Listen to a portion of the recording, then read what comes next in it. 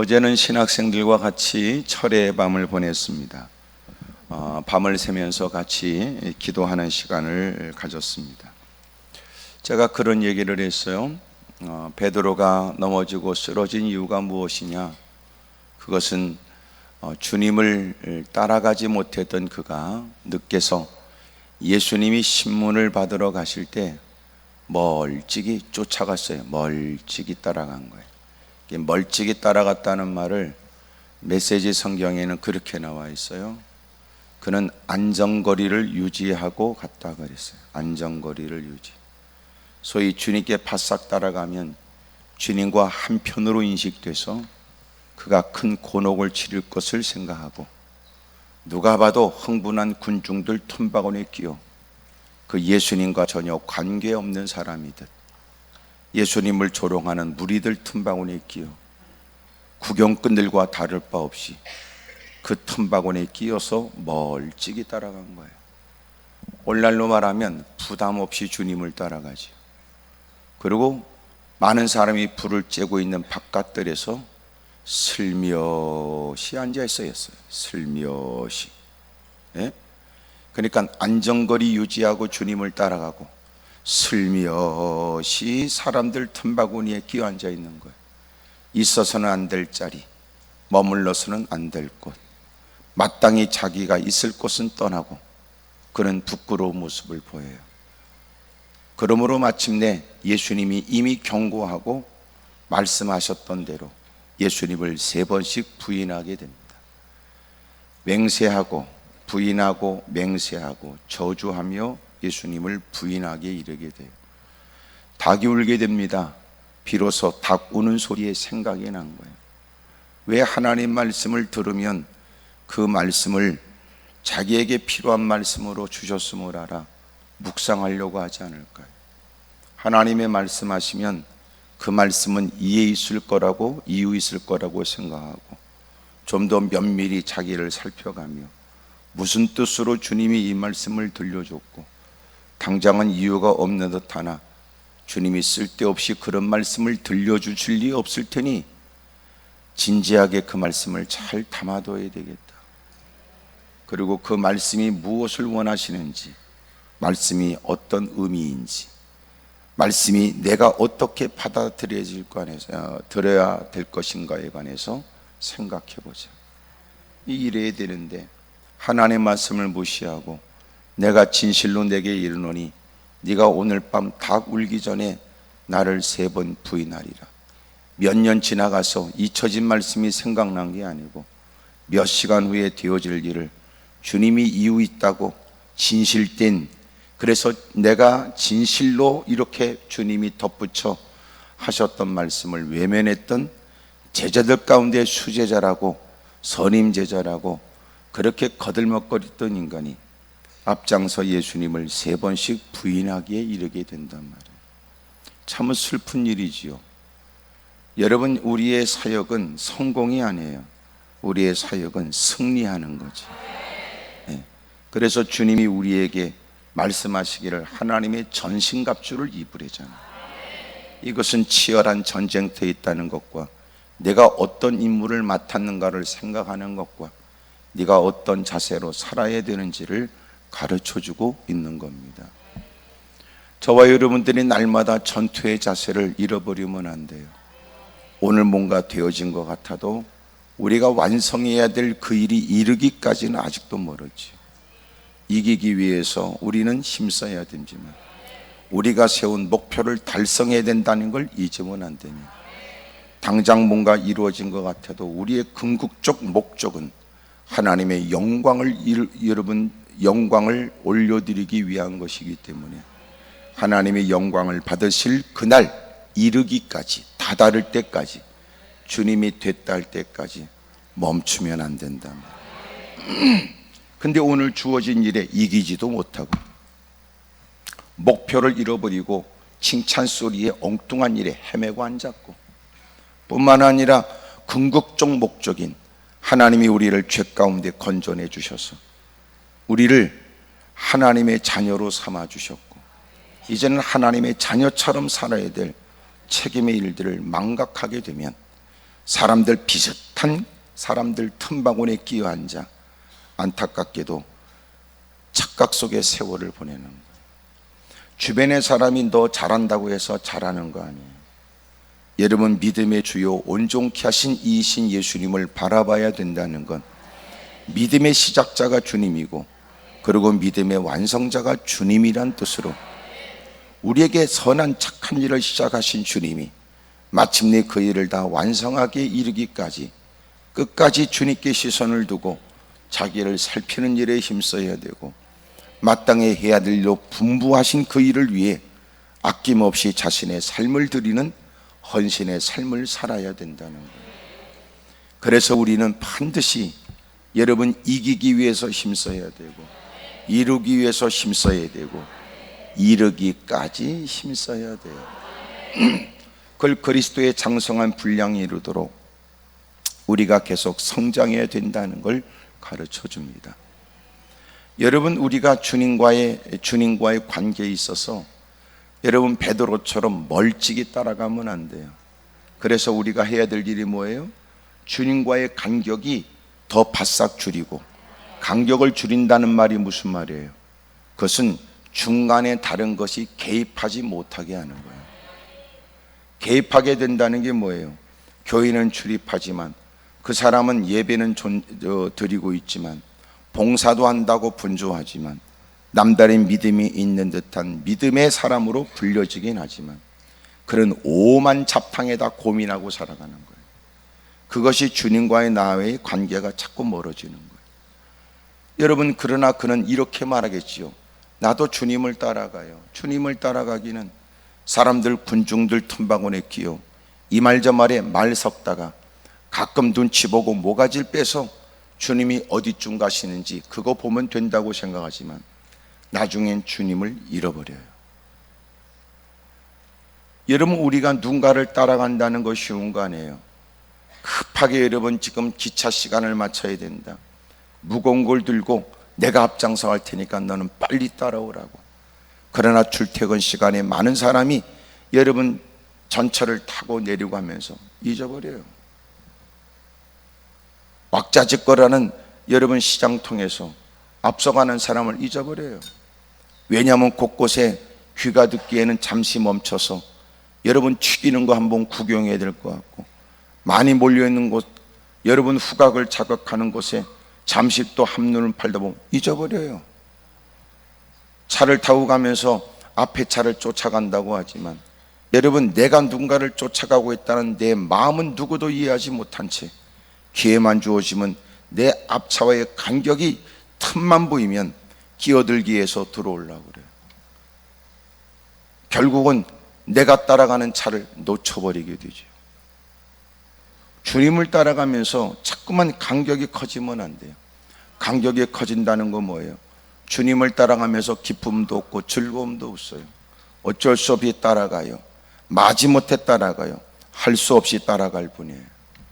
그러면서 이런저런 소일거리 찾고 이런저런 재밌거리 찾고 이런저런 퍼먹고 싸돌아다니고 놀러가는 엉뚱한 짓에 마음을 빼앗겨요. 교회에서 왜 모였나? 모이면 또 맛집을 서로 연구한 거 발표하고, 왜 모였나? 어디 갈 때 여러분 놀러 갔더니 재밌더라 사진 보여주면서, 그리고 그거 여러분 그 짓거리 하고 앉았어요. 좀 더 고상한 예편네들이 머리를 맞댔다 싶으면 자식의 유학 정보나 자식의 이름은 앞으로의 진학 정보에 관해서 마음을 빼앗길 뿐이지, 하나님이 전에 왜 모였는가 잃어버리고, 예배를 드리러 모였는지 예배를 금방 마치고 모여서 커피 한 잔 마시고 교제하는 건지 구분이 전혀 안 돼. 밖에서 만나는 예편네들과 다를 바가 없고 겉돈 곳에 엉뚱한 곳에 모였던 인간들하고 다를 바가 없단 말이에요. 우리가 주님을 따라가는데 우리가 주님께 집중해야 되고, 그리고 주님을 따라가는 데 있어서 간격이 벌어지지 않도록 힘써야 돼요. 주님과 동행한다, 주님을 따라간다. 그래서 그 사람을 제자들이라고 말하고, 제자는 주님을 따라가며 주님을 배우겠다는 사람이니, 따라가는 게 그냥 그럭저럭 따라만 가면 된다는 게 아니에요. 배워야 된다는 의미는 바싹 달라붙어야 주님의 말 한마디를 선명하게 들을 수 있으며 주님의 그 말씀 속에 어떤 의도로 그 말씀을 했는지 제대로 파악할 수 있으니까. 얼핏 들려지는 소리 갖고 안 돼요. 들어야 될 소리를 들으려고 힘써야죠. 나한테 그렇게 들려졌는데 그리고 그 미친 짓 하면 안 돼요. 주님이 하시는 말씀을 어떤 말씀을 놓치지 않겠다고 바싹 달라붙어 이왕이면 분부하신 일들을 차질 없이 진행하기 위해 때로는 겸손하게 되물어가며, 그리고 그 일을 이루려고 애쓰는 것은 바싹 달라붙어 있어야 가능한 일이지, 그럭저럭 이런저런 근심해 가면서 여러분 교회만 출입하고 예배 한 시간 드렸다고 하는 여러분 때우는 식의 그런 모습이라면 그건 바른 신앙생활 아니에요. 베드로도 멀찍이 쫓아갔다가 개망신당하고 모욕을 당하고 겨우 주님이 직접 말씀할 때는 들려주면 뭐 대단한 일을 할 것처럼 했던 인간이 직접 주님 말씀하실 때는 귓등으로 듣고 겨우 닭 우는 소리는 들어야, 튀긴 닭다리를 뜯어야 생각이 나는지.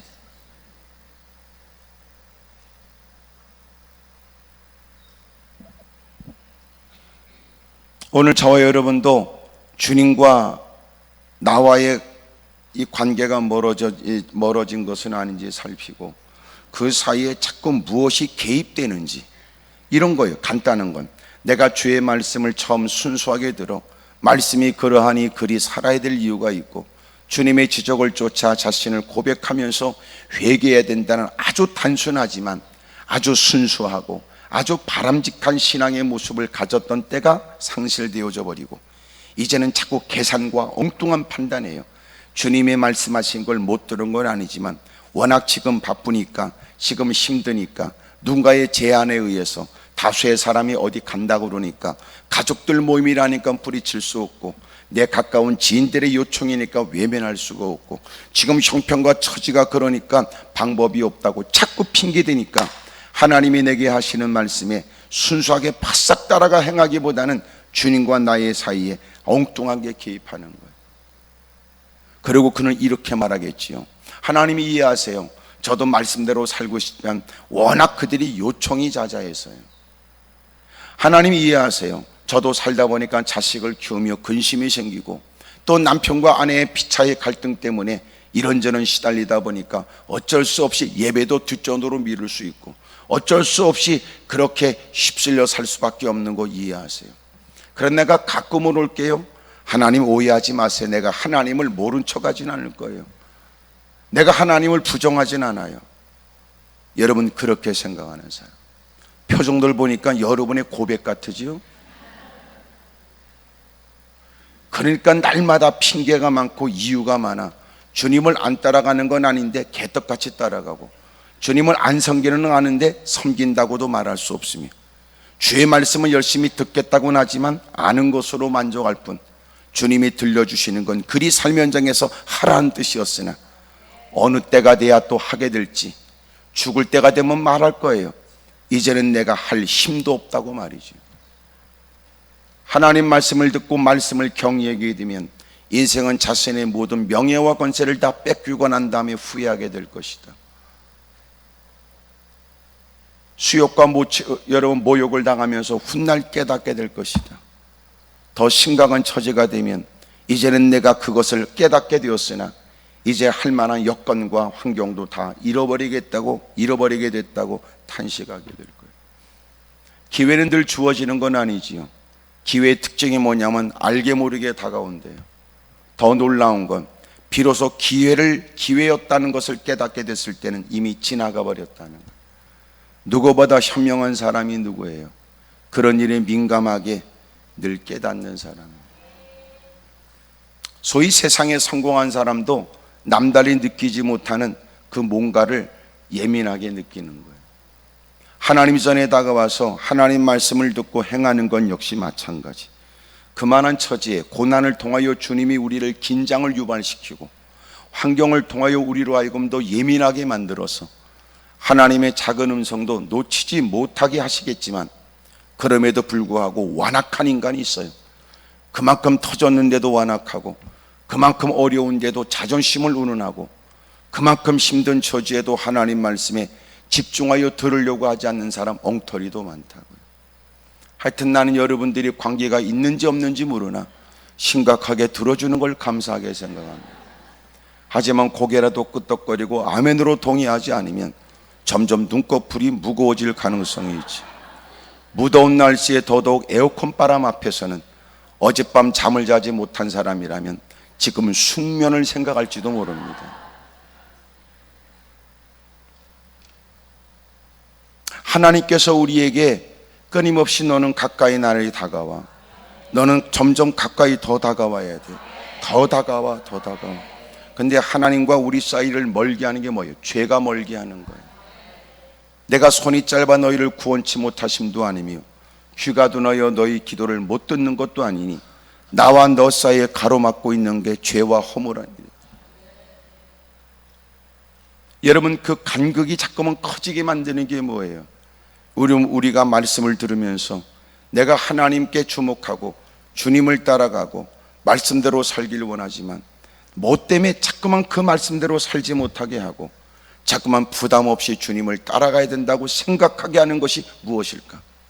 내게 있는 탐욕스러움, 아직도 포기하지 않는 인간의 야망들, 거기다 어울리면서 주워듣게 된 나쁜 생각들, 교회 안에서 만난 거지 같은 인간들에 의해서 신앙생활도 거지같이 해도 괜찮다고 착각하게 만드는 못된 무리 속에 있으면서 점점점 교회는 출입하여 예배 횟수는 늘어나도 주님과의 거리는 멀어져요.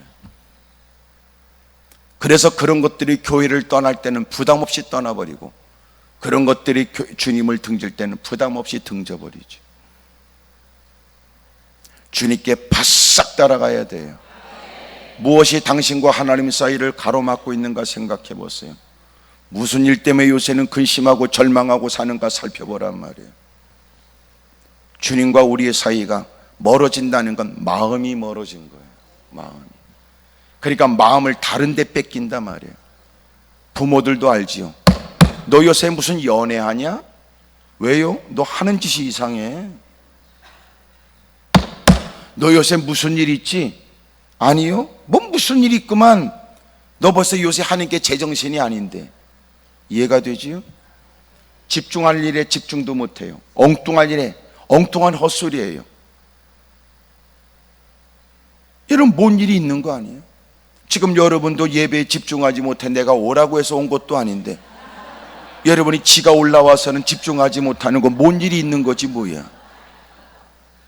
이건 내가 신령해서 하는 게 아니라 지금 여러분이 그렇게 표명하고 있다 그 말이에요. 여러분, 무엇이 주님과 나 사이를 자꾸 갈등하게 만들까요? 여러분, 누구도 주님과 나 사이를 끼지 못하도록 박싹 들러붙어요. 마지막 때 해야 될 일이 뭐예요? 어둠에서 이렇게 틈을 보니까 틈을 내주지 말라고 그러잖아요. 그 틈이 뭡니까? 여전히 교회는 출입해. 하지만 예전에 그 사람이 아니에요. 여전히 사역은 해. 근데 그 인간이 아니다 그 말이에요. 여전히 장로권자 집사촌이 불려줘. 근데 그 인간이 아닌데 뭘. 우리도 알지요? 예배 드릴 때의 그의 모습과 말씀에 반응하는 모습과 하나님의 거룩한 일에 수종드는 모습과 예기치 못한 일에 그가 보이는 대처의 모습들이 확연히 비교되는데 뭐. 사람들은 알아. 저 인간이 옛날 그 사람이 아니야. 그 사람이 옛날 그 사람이라고 생각하면 큰 코 다칠걸? 그런 거 아니야. 그래서 날마다 기도해야 되고 날마다 깨어 있어야 되고 날마다 정신 차려야 되고 날마다 성령 안에 있어야 된다는 거야. 오늘은 여전히 예배의 자리에, 여전히 그는 교회 출석에, 여전히 남다른 믿음이 있는 것처럼 직분자로 불려지지만 마음은 안 그렇다 그 말이에요. 마음은 옆에 사는 물어봐요. 그쪽 마음은 안녕하시냐고 물어보세요. 시작. 요새 많이 쓰여지는 대자보에 안녕하십니까? 아니하다.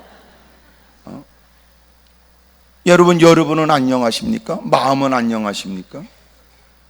멀리서 교회 종탑만 바라봐도 가슴이 벌렁벌렁했던 때, 예? 하나님 말씀을 접할 때마다 마음 가운데 느껴지는 그 기대와 소망의 일들, 엎드려 기도할 때마다 여러분 하나님께 더 가까이 다가가 주님을 배움는 듯한, 예배 자리를 떠날 때는 하나님이 함께한다는 확신에 여전히 나를 기다리고 있는 시련과 역경이 우리를 기다리고 있지만 예전과 다른 면모로 그 일에 또 발걸음을 옮기는 사람.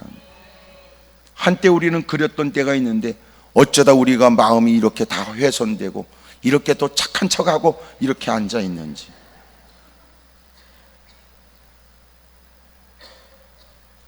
옆에 사람 다 인사하세요. 제 마음이 예전과는 좀 다릅니다. 그래, 시작. 조말할 때 물어봐요.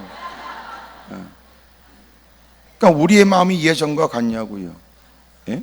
기도하고 돌아서도 더 많이 기도해야 되겠다는 새로운 마음을 갖게 되고, 또 열심히 하나님의 거룩한 일에 복음을 증거하고 전도하는 일에 힘써 여러분 겪을 수 없는 모욕을 당하고 힘들고 어려운 일을 만나지만 그럼에도 불구하고 여전히도 어떻게 하면 더 주님을 기쁘시게 할까?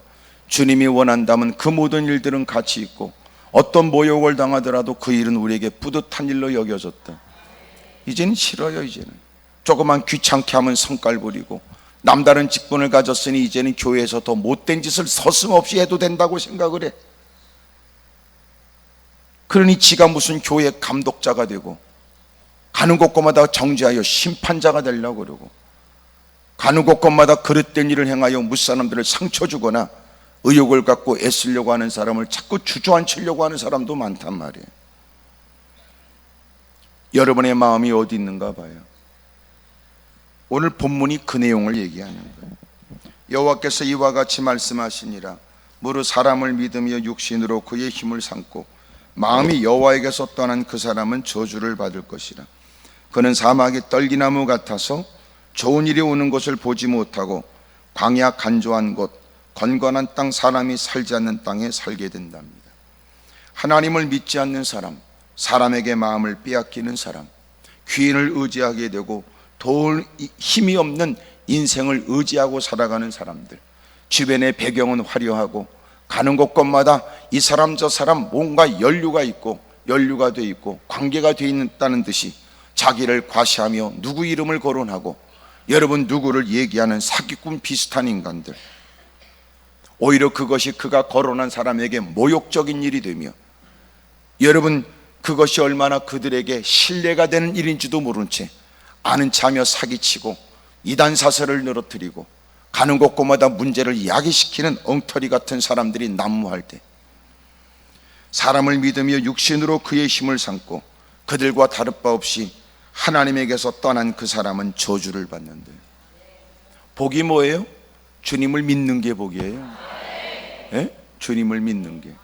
아니 말로 우리처럼 모든 사람들이 말씀을 들었다 하여 예수님을 나의 주님이라고 영접한 것 아닐 때 우리는 이상하게 믿어짐으로 떨리는 음성으로 주님을 고백하고 고개를 떨구며 주여 분부하시면 어떤 말씀이라도 순종하겠다고 하는 이 모습이 모든 사람에게 동일된 일은 아니었으니 오늘 여러분도 이렇게 대충 훑어보면 눈매가 아직도 싸나운데도 이렇게도 착한 척하고 앉아있는 게 보통 일이겠냐 그 말이에요. 누구보다 월등한 믿음을 가졌다고는 말할 수는 없어도 누구보다 대빵 착한 사람들만 모아놨다고는 결코 말할 수 없지만 그럼에도 불구하고 여러분 지금까지 살아왔던 악습과 행습을 보면 가능하지 않는 이 일은 하나님이 우리에게 은혜를 베풀어 성령을 통하여 우리를 다듬으시고 깨닫게 하여 이 자리에 앉혀놓은 거예요. 이걸 은혜라고 그래. 이걸 여러분 어쩜 많은 사람들이 나보다 더 뛰어난 지식과 누구보다도 그렇게 월등한 인격을 갖고 있음에도 불구하고 저토록 주님을 믿지 않고 오히려 대적하는 것은 무슨 이유냔 말이에요. 그런데 누구와 비교할 때는 하찮기 짝이 없으며 누가 우리의 허물을 지적하기 전에 우리도 우리의 부족함을 말하지 않을 수 없는 인생에 하나님의 은혜를 베풀어 구속진 곳에 있는 우리를 손을 뻗어 건져내 주시고 시궁창에 빠져있는 우리를 끄집어내셔서 거름더미에 빠져있는 우리를 건져내 주시고 예수의 피로 우리를 정결케 하시며 우리를 하나님의 자녀로 삼아주셨으니 이게 복이다 그 말이에요. 근데 복을 복이라고 생각하지 않고 복을 받은 사람이 더 복을 달라고 악을 써대는 건 무언지 말이에요. 그리고는 하나님의 나 같은 사람을 건져내 준 것이 복이라고 생각하지 못한 채 여전히 복만 외치는 사람, 어떤 분의 글을 보니까 아이가 어렸을 때 자꾸만 아이가 자기도 배 타고 싶다고 그러고, 그리고 비행기도 타고 싶다고 그러더래. 그래서 여행을 가면서 아이를 데리고, 그래, 내가 너 비행기 보여줄게. 너 비행기 또 배도 너 타게 해줄게. 그래서 드디어 아이의 비행기를 타고 배를 타고 하는데, 꼭 그때쯤 되면 아이들이 이동하는 가운데 좋으니까, 자니까 드디어 아이를 안고 배를 탔어요. 배를 타고 나서 아이가 드디어 깼어요. 그리고 아이가 막 울어대요. 배 타러 간다고 그랬잖아. 배 타러. 지금 여기가 배 탄 거야. 이게 배 타러 가란다고 그랬잖아. 배 타러. 아이가 생각하는 배가 뭔데? 우리가 알고 있는 것처럼 겉으로 보이는 배 그림이야. 근데 아이는 아버지 품에 안겨서, 그리고는 배에 탔으니 배 안에 들어가서 보는 그 내부가 배라고 전혀 못 느껴요. 배 타러 간다고 그랬잖아. 자다가 드디어 안겨서, 그리고는 비행기를 탔는데, 비행기 탄다고 그랬잖아. 비행기. 우리가 주님이 주시는 복을 누리고 있는데도 복은 어디 있냐고 악을 쓰고 앙칼진 목소리에 복을 달라고 부들부들 떠는 사람. 너는 아무리 봐도 작업복만 입어야 되겠다라. 주님이 주시는 복을 복이라고 생각하지 못하는 사람. 이 공간에서 우리는 이런저런 상처 때문에 나는 하나님의 도움이 필요하다고 말하고 주님이 내게 복 달라고 목소리를 높이지만, 이미 이 자리, 이 공간에 들어오는 건 누구라도 들어오는 걸 막지는 않아도 누구라도 다 들어올 수 있는 공간이지만, 모든 사람이 다 들어올 수 있는 공간은 아니에요. 장소의 여러분 크기를 얘기하는 게 아니라는 거 아시지요?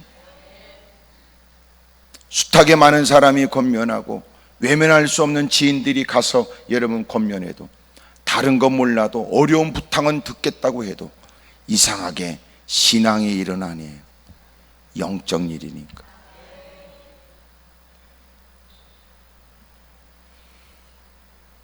진정한 복이 뭐예요? 여러분, 주님을 믿게 되는 게, 주님을 알게 된 게, 주님을 믿는 일이 복이다, 그 말이에요. 만약 인생들이 하나님을 떠나게 되면 어떻게 됩니까? 그는 사막의 떨기나무 같아서 좋은 일이 오는 것을 보지 못하고 그랬어요. 사막의 떨기나무 같아서 좋은 일이 오는 것을 보지 못한대요. 여러분, 장렬하는 떼약볕 밑에 밤에는 뚝 떨어지는 기온 속에 여러분 생존하고 있는 떨기나무, 그러나 그곳에선 뭔가를 기대할 수가 없는 것처럼, 여러분 수고는 있으나 결실이 없고 노력은 하지만 열매가 없습니다. 여러분, 광야 간조한 것 건건한 땅, 사람이 살지 않는 땅에 건다는 말, 그 말 아니에요? 여러분, 광야의 특징은 세 가지. 길이 없어요. 거할 성도 없고 먹을 물도 없으니 여러분 광야에서 버텨내는 건 어려워요. 그런데 마치 하나님을 떠난 사람은 어떤 사람이냐? 하나님의 저주가 임한 사람은 좋은 일이 없어요. 수고만 있지 좋은 일이 없어요. 노력만 있지 결과가 없어요. 광야 간조한 것 건건한 땅, 사람이 살지 않는 땅, 사람이 살만한 땅. 세상의 이름은 문명이 어떻게 발달된 줄 아시죠? 강을 끼고 발달하는 거예요. 사람이 여러분 살려면 기본적으로 마실 물이 있어야 돼요. 근데 여러분 광야 간조한 땅, 건건한 땅, 사람이 살지 않는 땅에 살게 되오니 살 수 없는 곳에 사는 그의 삶이 얼마나 곤고함이 깊으며 그가 얼마나 핍절할 것이며 얼마나 고통이 클까 생각해 보세요. 사랑하는 여러분, 나는 여러분들이 하나님의 저주의 대상이 아니라 하나님의 복된 인생이 되어지고 가는 곳곳마다 무사람의 이목을 끌며 하나님을 섬기는 것이 얼마나 아름다운 일인가를 사람들에게 보여줄 수 있기를 주의 이름으로 축복합니다. 어찌 보면 우리는 복음을 증거해야 될 사람으로 TV에 나오는 여러분 CF 그렇게 섭외는 들어오지 않아도 주님의 섭외가 이미 들어온 거예요. 너는 가는 곳곳마다 나를 증거하거라. 너는 가는 곳곳마다 내가 어떻다는 걸 알려주거라.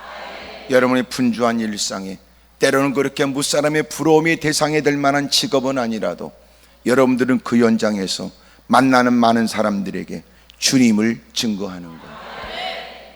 주님이 얼마나 위대한지, 주님이 얼마나 우리를 사랑하신지, 주님이 지금도 우리 가까이 계셔서 우리에게 어떻게 역사하시는지에 관해서 여러분도 사람들에게 보여줘야 된다. 크게 아멘 하십시오. 옆에 사람 다 물어봐요. 서로가 그쪽은 나를 통해서 좀 주님이 보여지는 것 같으냐고 다 얘기해 보세요. 시작. 물론 여러분이 생각에 잘 말이 안 된다는 거 이해하지만 그래도 목사가 해보라고 그러면 해보세요. 옆에 사람 물어봐요. 시작.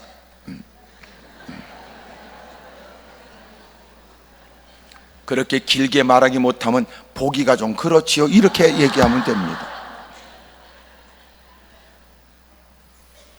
여러분, 하나님을 떠난 사람, 하나님께로부터 외면당하는 사람, 의도적으로 주님이 내민 손길을 뿌리친 사람, 그리고 둘러보는 보여지는 많은 사람들에게 마음을 빼앗겨 이말저말에 휘둘리고 살아가는 사람들, 그들은 저주를 받는데요. 저주. 성경에도 저주가 있다니까 우리도 잘 명심해 살펴야 될 것 같으네. 저주가 있네요. 저주가. 다시 말하면 성경을 접하여 설교를 듣고 예배에 참석했다고 해서 네가 저주로부터 자유한 게 아니에요. 이유가 어디 있어요? 하나님을 믿지 않으면 그렇다는 거예요.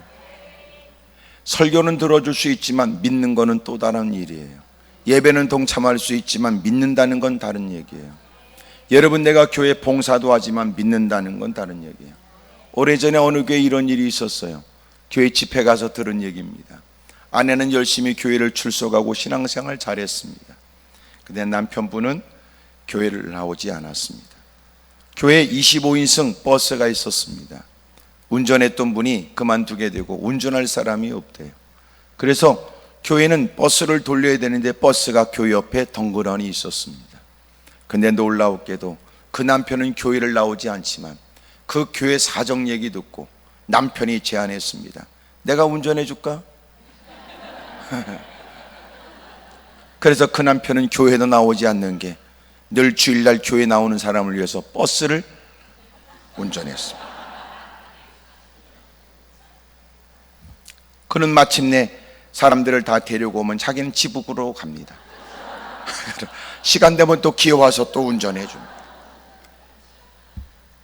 별일이 다 있죠. 결국은 그것이 시작이 되어서 이제는 교회를 출석하는 사람이 됐어요. 그래도 아직도 그 당시에 집사가 안 됐더라고요. 왜 그런 거 보니까 아직도 담배를 안 끊어서 목사님이 집사를 안 줬대요. 그러면서 하는 얘기가 그래도 목사님을 참 존경하더라고요. 이유는 뭐냐? 여러분, 웬만하면 그 정성에 그 노력에 아이고 그냥 집사 까지고 어차피 설이 내리면 끝나는 설이 집사인데 붙였다 뗄 수 있는 그 집사를 그냥 애를 하나 퍼먹으라고 그러면 줄면 될걸. 그래도 담배 아직 안 끊었다고 목사님이 집사 안 줬대요. 그래도 그분은 계속 열심히 헌신을. 참 대단하지요.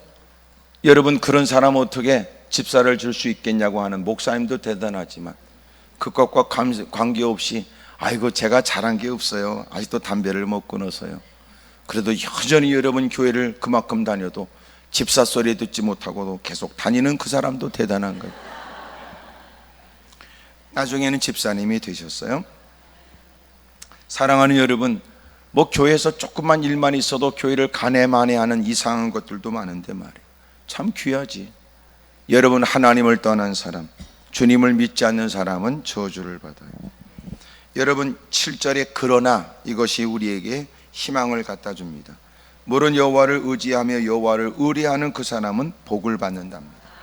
여호와를 의지하고 여호와를 의뢰하는 사람, 하나님께 기대하여 하나님께 매사일에 여쭙고 주님께 지도를 구하는 사람입니다.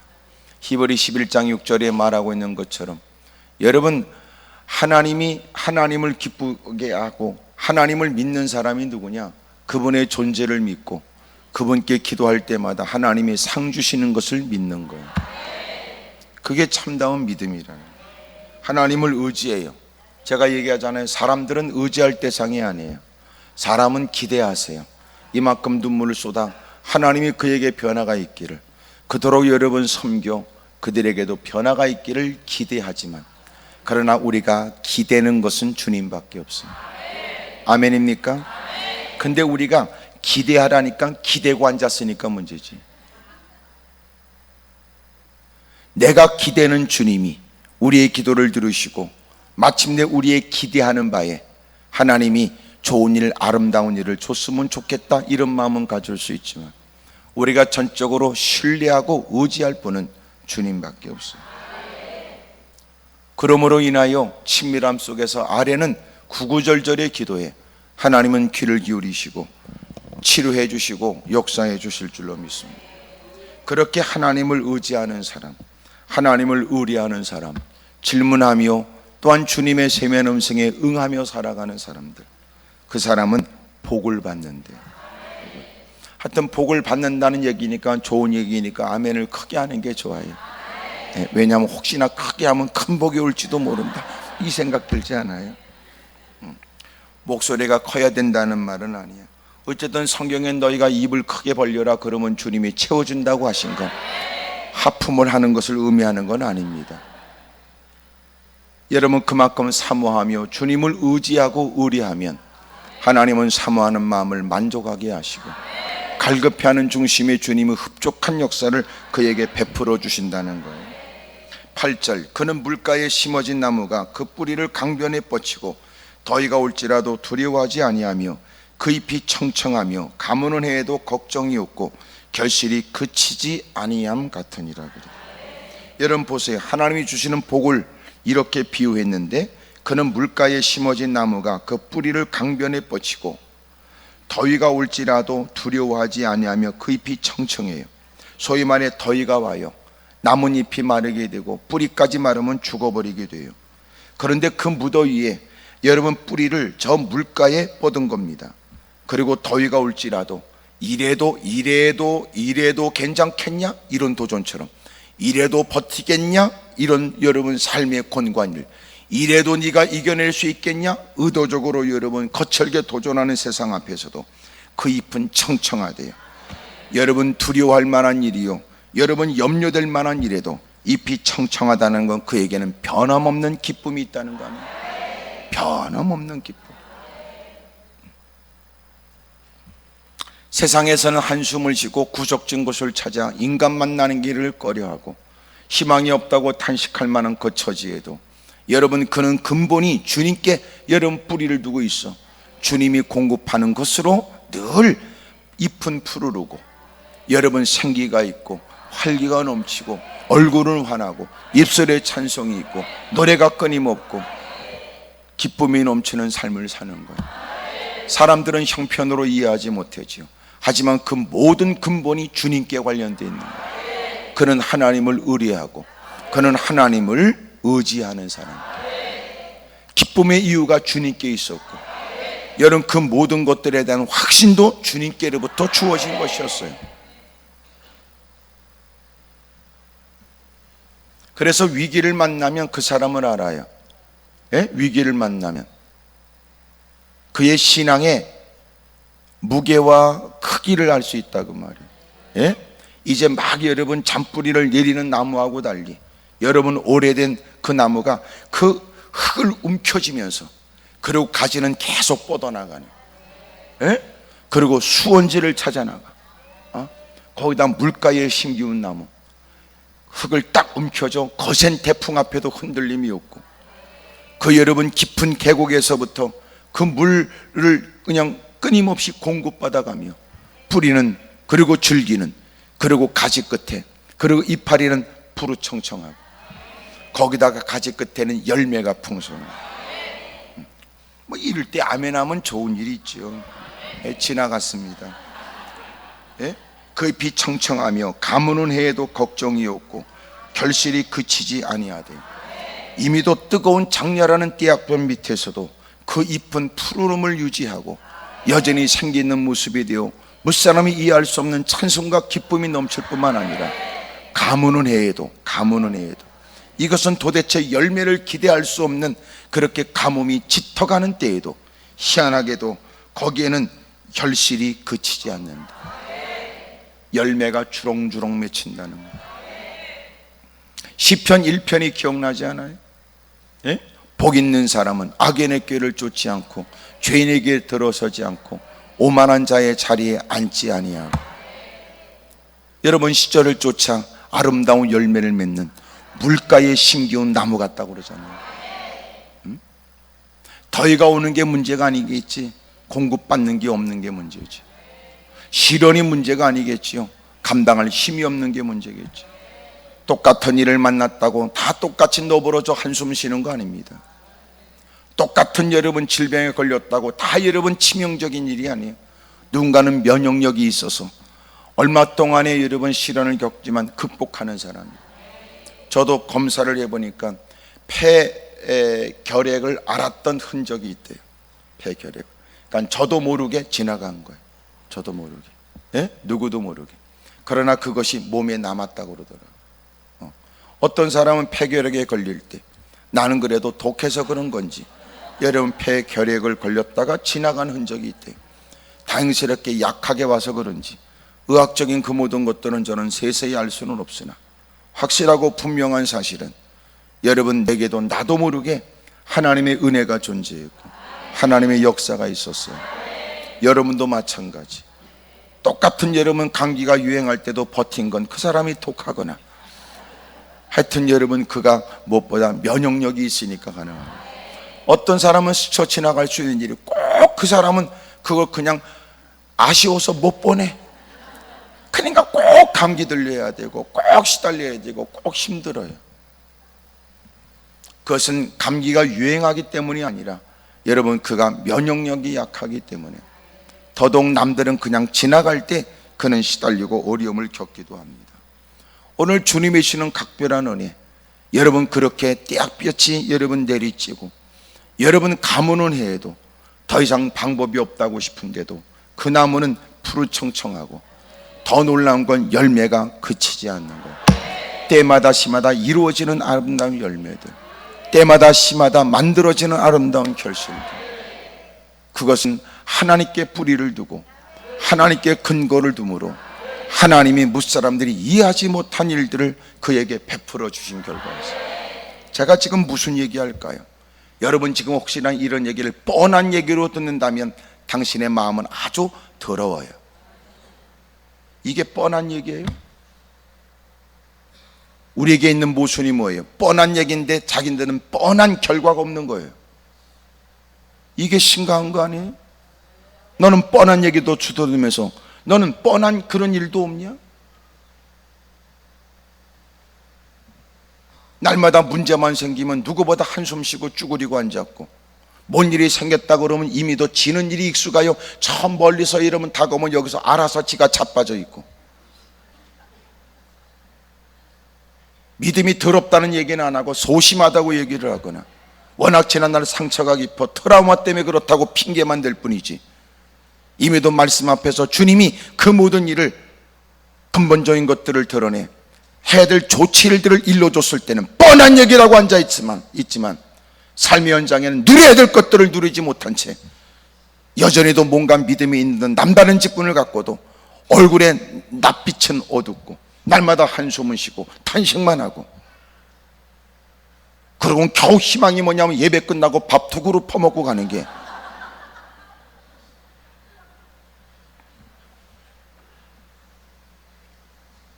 오늘 중요한 얘기는 5절 잘 보세요.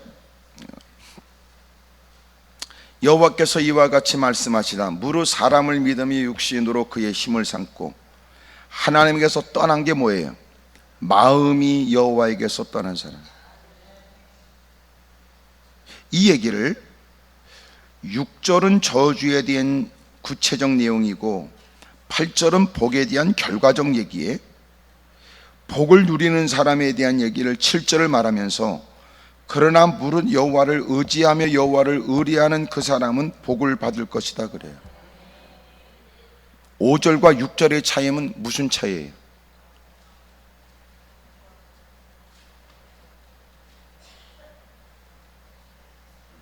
나는 지금 기다려주고 있는 겁니다. 마음 차이지. 그렇잖아, 마음 차이. 마음이 여호와에게서 떠난 그 사람, 그러나 마음을 전적으로 주님께 맡기고 사는 사람들, 마음이 하나님께 있는 사람, 마음이 세상에 있는 사람, 그러니까 네가 어디에 있느냐가 아니에요.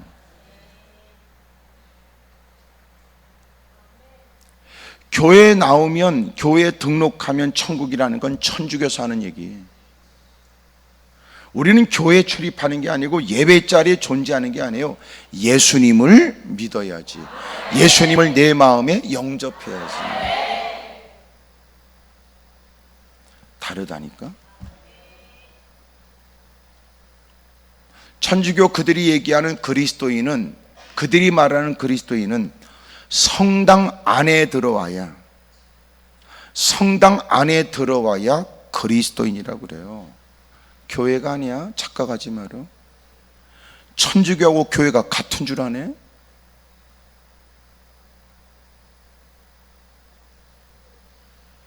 누가 같대요? 놀라운 건 예수 믿는 교회 출입하는 사람은 같다고 말할 때, 지금 이런 표정 지을 때, 천주교에서는 같다고 말한 적이 없어요.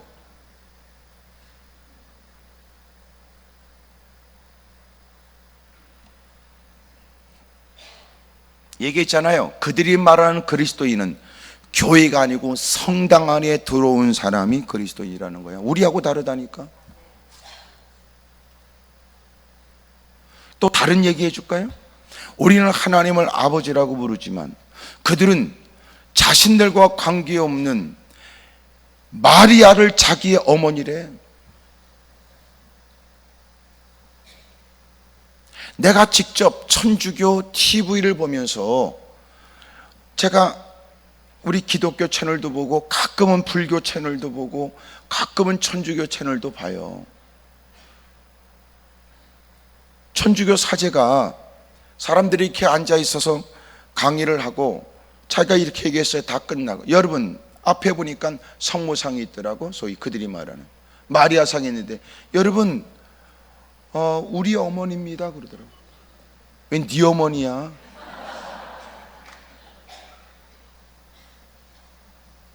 그러면서 자기가 저 밑으로 내려가서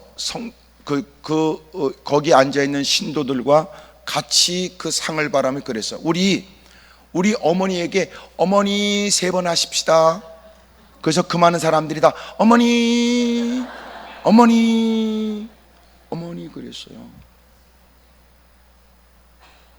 섬뜩하더라고. 우리하고 전혀 다르던데.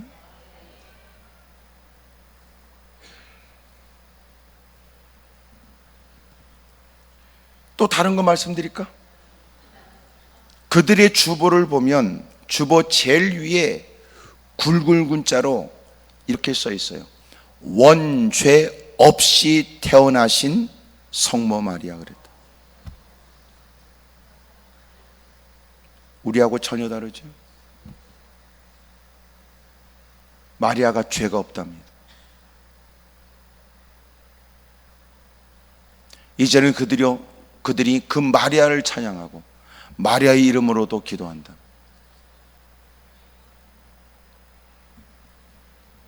이 분위기가 뭘 말하는 줄 알지요? 몰랐다는 거예요.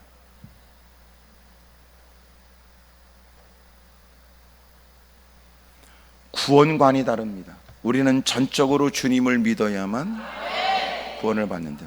그분들은 주님을 믿어서 구원이 아니라 주님을 믿긴 하지만 착하게 살아야만 된다고 하니 주님의 구원으로도 부족한 구원이지요.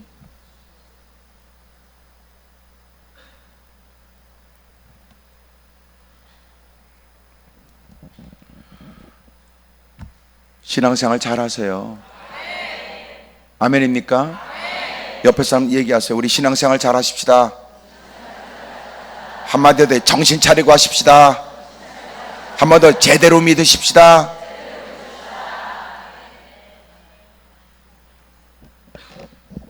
하나님을 믿는다 이 말이 무슨 말이냐?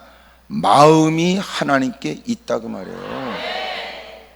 당신이 얘기하는 믿음이 뭐야? 믿음이 입술에만 있어? 말 몇 마디 중얼거려? 아는 채? 그게 아니라니까. 네 마음이 어딨냐고요. 입으로 아니야. 성경 어디 있어? 마음으로 믿어 입으로 시인하여 이렇게 돼 있지. 마음은 개판인데 뭘 그래. 다시 처음으로 돌아가요. 우리가 주님을 따라가요. 주님과 나와의 간격이 없게 해야 돼요. 이 간격이 왜 생겨요? 마음이 흐트러지니까. 마음이 어땠는데, 마음이 처음에는 청춘 남녀가 사랑할 때는 그 사람밖에 없어. 또 보고 있어도 보고 싶다면서. 에?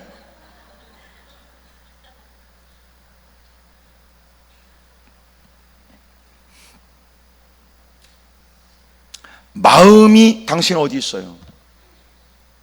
지금 여러분 기도할 때도 마음은 돈에 가 있으면서 하나님께 기도하는 거 아니에요? 마음은 당신 탐욕에 가 있으면서 하나님 앞에 여러분 믿음 있는 것처럼 부들부들 떠는 거 아니에요? 그러면서 여러분 사기치느라고 하나님의 영광을 운운하는 거 아니에요? 그렇지요. 당연히 이 분위기가 돼야지. 약간 놀란 듯한 경직된 분위기 아니에요? 어떻게 알았느는 듯이. 어쩜 그래도 대놓고 이렇게 말할 수 있느냐, 그런 표정 아니야 지금?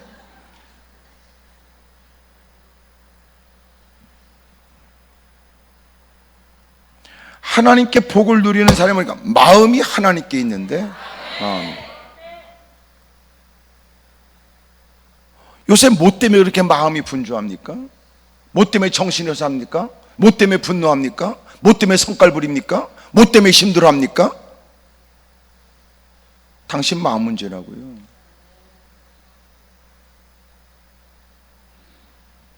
언제나 시편 1편에 말하는 것처럼 하나님 말씀을 주야로 묵상하는 거 아니에요? 주야 묵상이 뭔데? 마음이 주님께 있는 거지요. 하나님의 말씀에 의해서 그 마음이 통제받는 거야.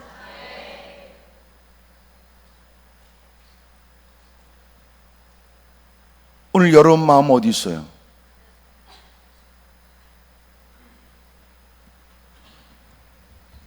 저와 여러분들이 주님을 믿는다는 건 마음이 주님께 있어. 그리고 날마다 우리는 또 말씀을 살펴가며 자기를 살펴가며 기도해요. 왜 그래요? 자꾸 틈을 보거든. 아이고 뭐 그렇게까지 신앙생활 할 거 뭐 있냐, 유난스럽게 신앙생활하지 말아라. 이렇게도 세상에 즐기고 놀 게 많을 때 그렇게까지 못 놀아서 환장하다가 한 맺힌 인생으로 몽달 귀신 되지 말아라, 처녀 귀신 되지 말아라.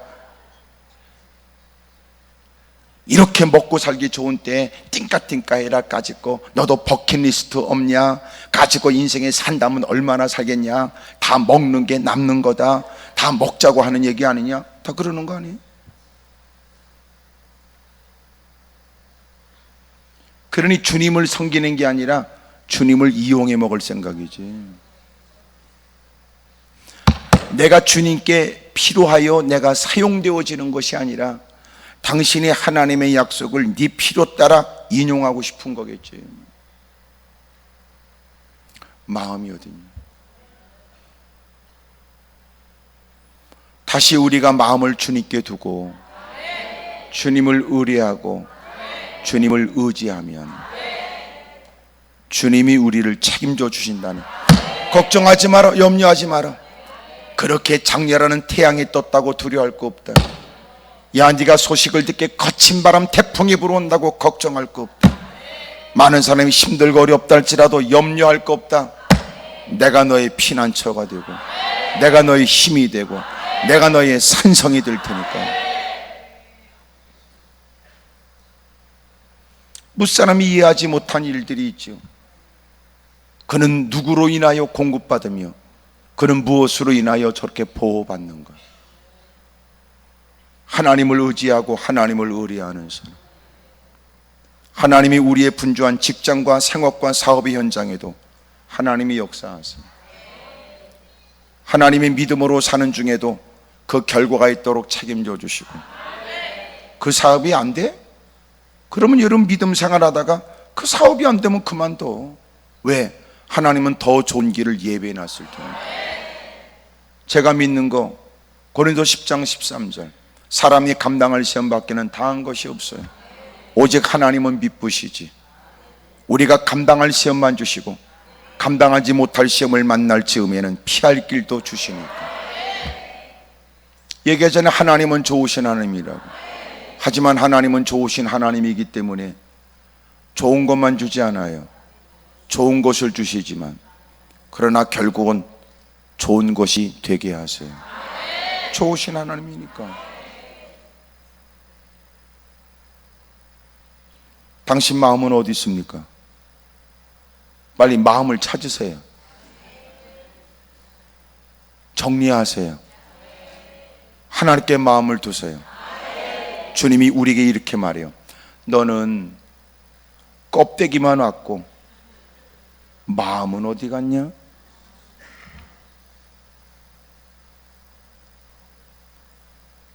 주님은 우리의 기도에 뭘 보고 응답하세요? 중심을, 마음을 보고. 주님은 굽있는 황소를 드리는 것보다 그 마음이 주님께 있는 걸 더 좋아하세요. 아무리 힘들어도 여러분 주님께 마음을 두고 살면 아무리 큰 일이라도 주님이 그를 책임져 주시죠. 옆에 사람 다 물어보세요. 그쪽은 어쩔 생각이냐고 다 물어보세요. 시작. 오늘도 하나님은 우리와 함께 계심을 믿습니다.